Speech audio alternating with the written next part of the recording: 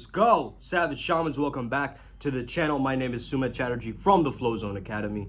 I'm a flow state coach. I'm a flow state specialist. I help you feel your best and perform your best. We are the pioneers of the archetype, the priest beast, the savage shaman. Today we're going to be speaking around manifesting again. Today I was listening to a lot of Wayne Dyer stuff and just reiterating and taking notes and stuff like this.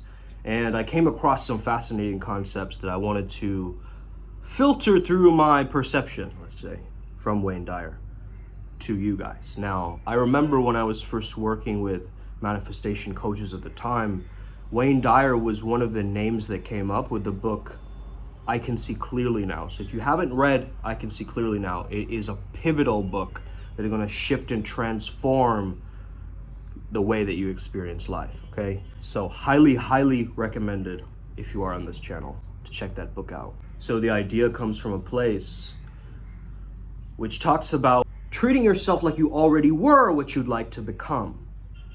That is the core principle. And once you understand this principle, you can start acting through that principle. Unacting acting, as Bruce Lee says, okay? Wisdom is avoiding all thoughts that weaken you. The biggest disease of the world is the disease of more. I want more, I want more, I want more. I'm never truly satisfied. I'm never truly fulfilled. I constantly want to chase more. Now the Flow Jedi understands that we cannot act from a sense of lack, a sense of scarcity, a sense that I am not enough. See, the ancestor to every action is a thought. So how you are thinking about yourself is going to manifest its way through your reality. You know, the biggest thing that stops people from manifesting is doubt. Doubt, insecurity, other people's storylines, other people's values, enmeshed on top of yours, okay? So now I'm hearing different story that I need a visa from India. I need to go to the consulate of Costa Rica, the embassy, in order to get a visa for Costa Rica. And I'm looking for alternatives right now, right? In terms of either Bolivia or El Salvador, because these are places where from India, I can much more easily visit and go to. As long as we're going close enough to the Peruvian ley lines, where we will get those sacral chakra attunements, we should be fine, okay? Instead of saying, that's it, folks, okay? No more retreat. What we're doing is we're pivoting. We're changing our approach. We're allowing. You see, in the story of Adam and Eve, right? It's like they were only focusing in on that one tree, and you were told, like, don't eat from that one tree or that one apple from the, tree of knowledge or whatever was there. And there's all these other trees, right, that are available to you that you are not able to see. Because in your perception of a negative framework, a negative belief system, you will not see the other trees. We'll try to get you to eat from the tree, the only tree, the taboo tree that is not meant to be eaten from. And you have all of this abundance in the world, but that scarcity mentality of like, oh, I need that one apple, okay? And what's trippy as fuck is you're probably listening to this on a smartphone, which has a bite of an apple out of it. So some of you, not all of you, okay, are becoming a consumer instead of a creator. You're watching all this content to wait for the time it comes where you create your own content. Anything that comes up in your life, a mishap, a mistake, a weird thing that shows up, some kind of issue, some kind of turmoil, if you can celebrate that. And I know this sounds very like off kilter, right? A little bit strange. Like, why would I celebrate like my nephew getting into a fight with me the other day? It was an awful experience, right? Where is the lesson in it? Because once you celebrate it, you're actually coming from a higher vibration. You're coming from a higher level of awareness. That's what that means. So instead of feeling the shame, dwelling on the shame, you understand that shame is weakening my muscles, it's weakening my immune system, it's having a negative impact on my cells, and so forth, right? You have that conscious realization, but you still choose to perpetuate and live in this shame culture, which you're perpetuating through the way that you behave around yourself, which is to feel ashamed and to feel embarrassed and to feel like, all of these feelings that keep you on the lower states of consciousness. On the planet, there's also a very big sexual shame, right? And this is primarily one of the reasons why we wanted to go to South America, Latin America, because their sacral chakra is open. Okay, you see these people dancing and moving their hips. They're able to tap into this particular frequency, okay? Not a lot of people can do this, but some of you Latinas watching, you know what I'm talking about, okay? There's a very primal, sacral, earthy, rooted culture there. And that's the lower chakras. It is that feeling of being connected to the earth, but that's that watery earth, okay? It's that sexual energy, that emotions, right? A lot of poetry, right? A lot of emotions, a lot of art, a lot of poetry, a lot of music, right? These kinds of enriching things. And you start to understand that I can actually move from a disempowering narrative into a more empowering narrative. Once you learn how to do that, you have now gone from pessimism to neutrality to divinity. You want to go from, is this wrong, to can I grow? But now a lot of people, they're like, I want to grow, but I'm still going to dwell. The dwelling is a safety net. It is a comfort zone. Your south node is your comfort zones, and your north node is like your stretch zone, right? Your amplification zone. So your true north, you might have heard that term, right? Your golden star, your soul star chakra, right? So the fact that you have your uniqueness as a flow Jedi, and you are also a shapeshifter at the same time, having your uniqueness, you now have versatility, and you have this obscurity about you. You're not like trying to perfect your ego into this one classification. You stop acting from deficiency and lack, and you start going, I don't need anything else. I am everything. I'm flexible, and I can handle anything, okay? I can handle anything. Let's say that someone goes, hey man, I'm doing this thing in Egypt in 3 months from now. Would you be interested? You consider it. Why? Because the opportunity was presented towards you. Now you can always say no to an opportunity. That is your particular choice. But if you have an ability to accept your circumstances and change your attitude towards your circumstances, you will notice your life change.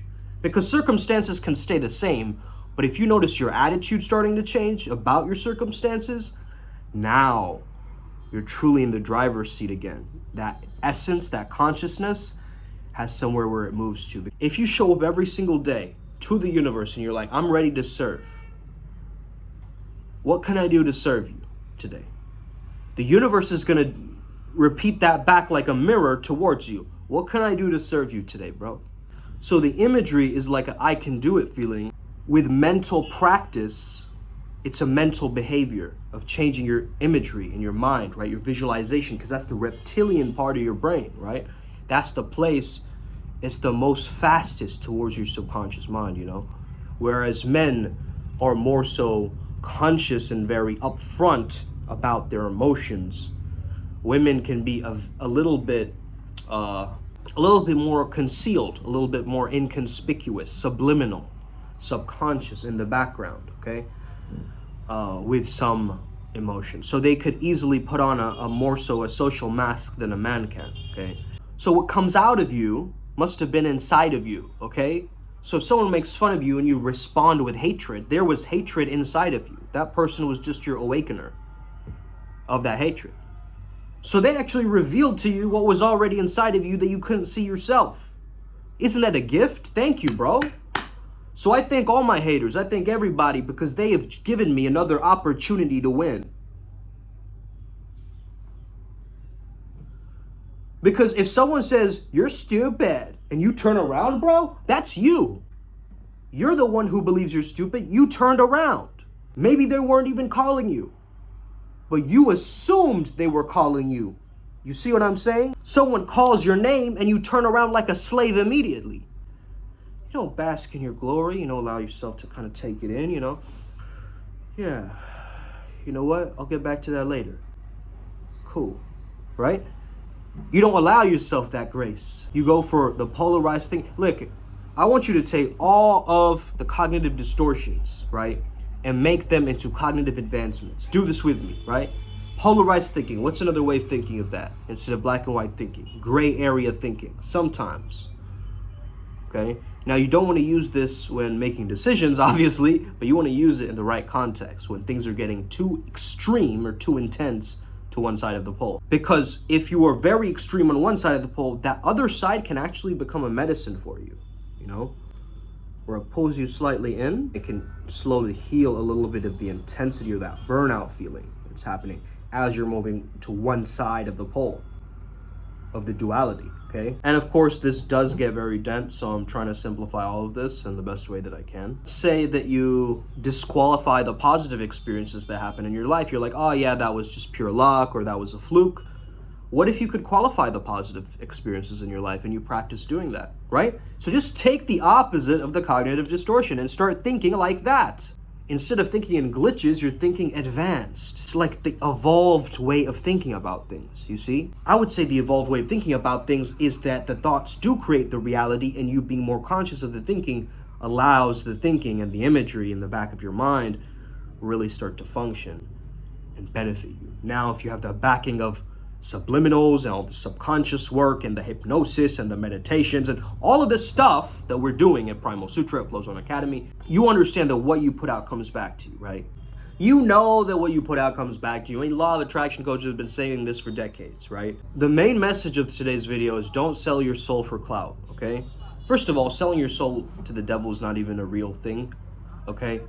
And that's my own perspective, okay? As a mystic, as a magician, I don't think that that's a thing. You can't lose your soul, and it's not for sale, okay? That's something that's just off limits for sale, okay? You can't sell it for money or fame or whatever, you know? I think it could be a self-fulfilling prophecy, like you sell your soul to the devil and then you end up, you know, kind of life ends up pendulum swinging you towards, you know, the thoughts that you actually got, right? So it's like the thoughts that are perpetuated, like I sacrificed this thing, and now you'll have in the back of the mind that there's something coming, and so something might come from you doing that thing, but it's like that's just a ritual, and that's just intention, and that's just what magic or mysticism in this sense, the understanding will be, okay? So instead of looking for the achievement or the clout, you learn knowledge for the sake of knowledge, that autotelic flow state wisdom. And you get what I mean? Like, just the sake of that curiosity and that discovery mode of being like, yo,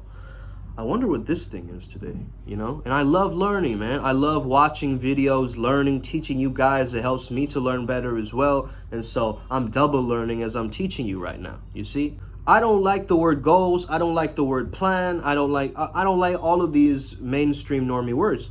And they've worked for me throughout my life, you know, not having a plan. I have no plan.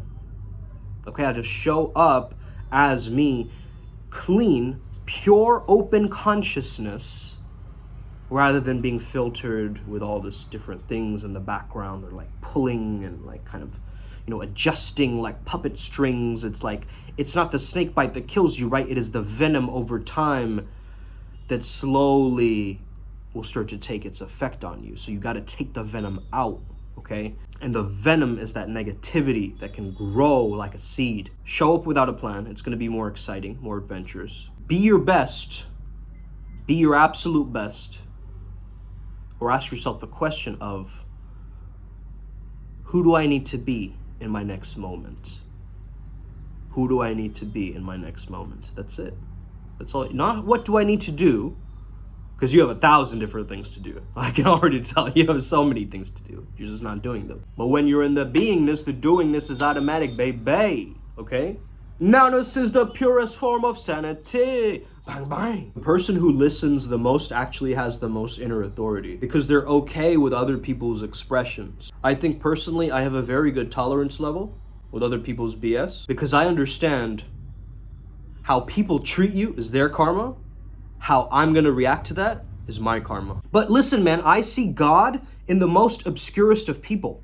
Okay, I coach people from all over the world. Notice a pattern, even in people in Australia to, you know, Nicaragua to Brazil. Okay, it doesn't matter where you're from. Because ultimately, I know you are there to teach me something, just like I'm there to teach you something.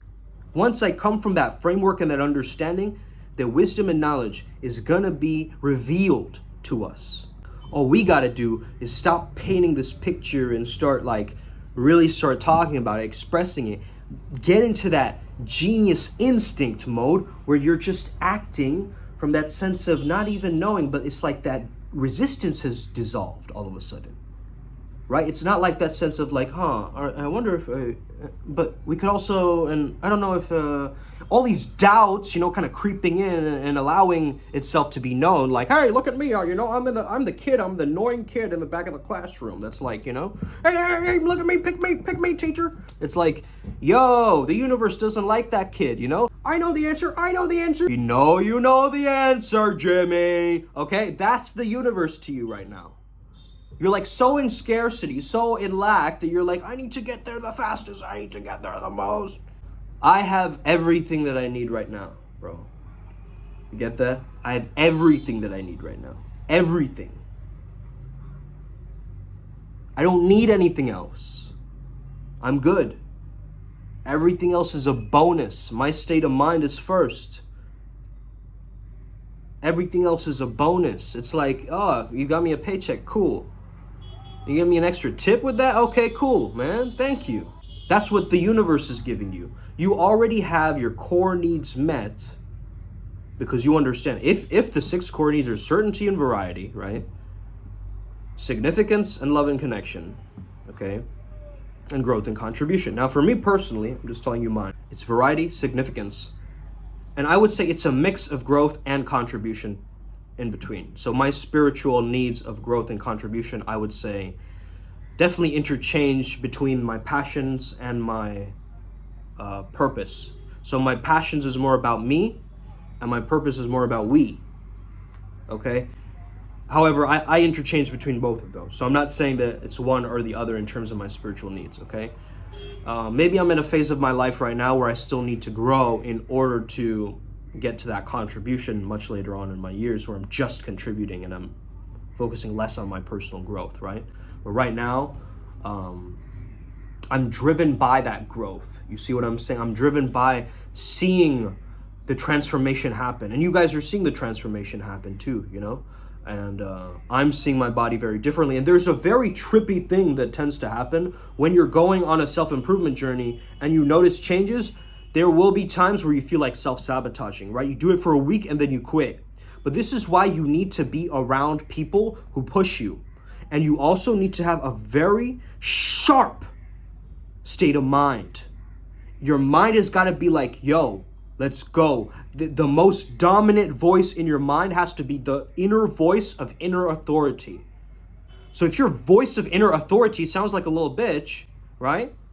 Hey man, do you maybe want to lift up some weights? Maybe perhaps quite so.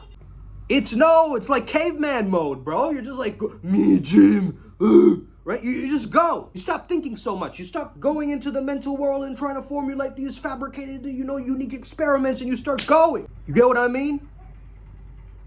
Some people might be like, but cavemen used to hit each other with clubs over their heads. Are you watching a fucking cartoon, bro? Who the fuck cares what they did? I'm telling you to fucking go, and you're coming up with this random, justification or this paranoia. Really, what's the worst thing that can happen, right? And then we start calling out the BS of our own fears, right? Our own fears are illusions, bro. They're ridiculous. Most of our fears are irrational fears, not rational. If it's a rational fear, like there's actual threat and danger coming towards you, okay, I get it. Get into your adrenaline, feel your fear, okay? And you're in a fight situation where you're training and fighting, or you're getting attacked or mauled by someone. Yeah, you're gonna feel your adrenaline and cortisol and like all the stress hormones up, of course. As Zorba said, man needs a touch of madness, otherwise he will never be free. We are here to teach you pleasure alchemy, how you can transform any emotion, any negative emotion, any emotion that is distasteful, and make it into something tasty, basically, into bliss, okay? Take any emotion, make it into pleasure or bliss. Take any emotion, make it into pleasure or bliss. How do we do that? That's the art form that we're teaching. Primal Sutra Depths program. We're working with different flow state deities and so forth. If that intimidates you, scares you in any way, cool. You don't have to trust it. But the people who are there are winning, and they will continue to do so. So it's time you catch up. Let's start winning together. Have an incredible day. May the flow be with you. And stay legendary. Let's get it today. We're all going to make it.